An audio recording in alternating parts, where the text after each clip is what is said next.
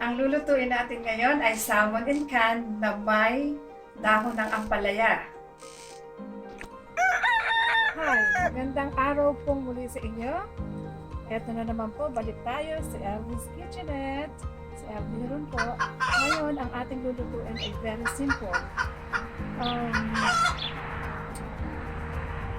Salmon in can na lalagyan ko ng dahon ng ampalaya. Very simple lang. Ang gagawin ko, eto lang. Ipitas ako ng mga dahon ng ampalaya. Ito ang ating gagamitin. Mamayang maluluto na yung aking salmon. Pakikita ko sa inyo, very nutritious na meal. Mura na, masustansya pa. Ito nga pala yung aking garden of salmon. Ito, marami pang bunga yung ampalaya. Yan. Tapos yung mga sitaw. At pipitas tayo ng sili mamaya din sa loob.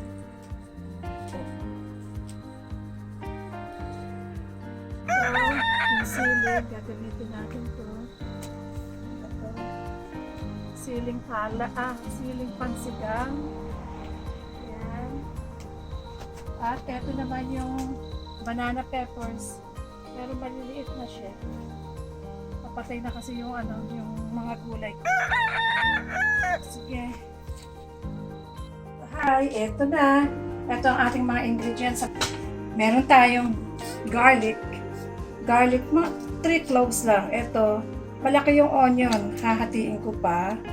Tapos, isang maliit na tomato. Siling panigang. Tamarind mix. Ito yung salmon in can kung gagamitin. Any brand. Pwede rin sardinas. Yung mga ligo sa Pilipinas. Yung ligo, 555. At saka syempre, meron tayong olive oil.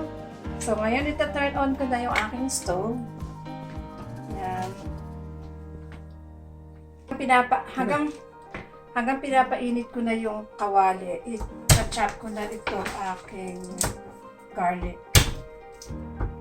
Yan. Napaka-simple lang itong dish na to. Pero masarap. Paborito ko to kasi gusto ko kasi yung dahon ng ampalaya. Yan.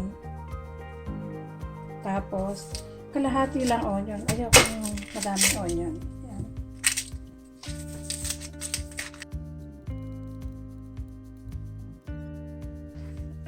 Lagyan ko ng mga 2 tablespoon ng olive oil.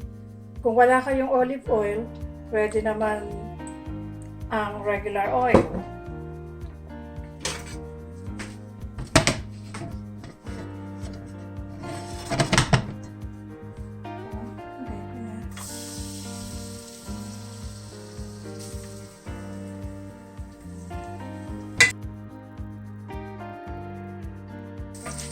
Ito na, medyo brown na yung aking garlic. Lagay ko na yung onion.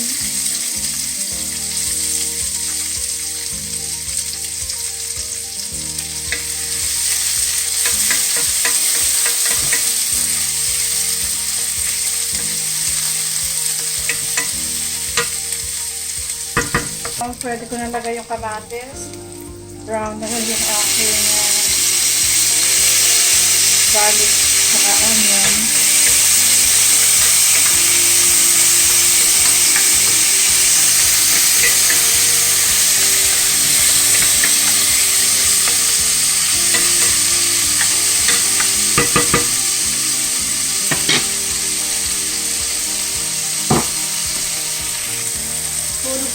Puhulog ko na din itong sili kasi medyo matagal maluto para lumambot-lambot bago ko isulog yung salmon.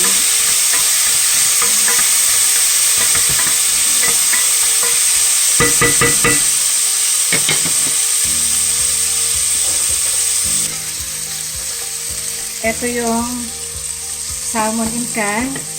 So, lagay ko na.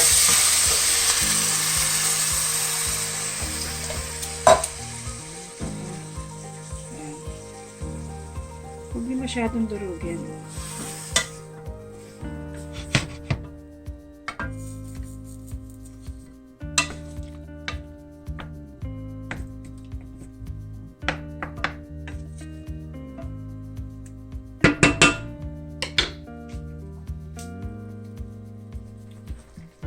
Hindi ko muna nilagyan ng patis kasi medyo siguro maalat na tong yung salmon ko. Tapos lalagyan ko ng tamarind mix.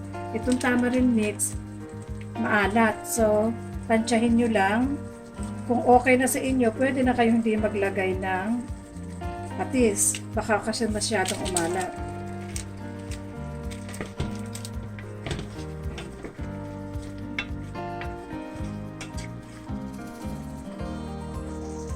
Lalagyan ko ng konting sabaw. Depende sa inyo kung gaano karaming sabaw ang gusto nyo. Tinubigan kong konti. Yan.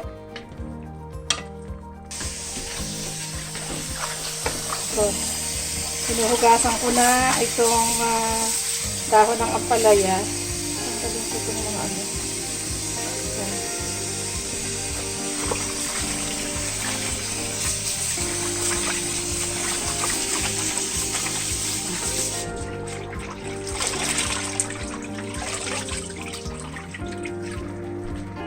Kumukulo na, pwede ko nang hulog. At pagka na-wilt ng bagya, pwede na turn off yung kalan nyo. Luto na. Ganun lang kasimple ang ating dinner for tonight.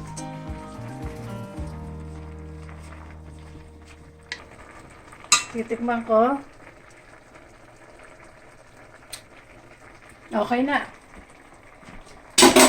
Patayin ko na. Luto na.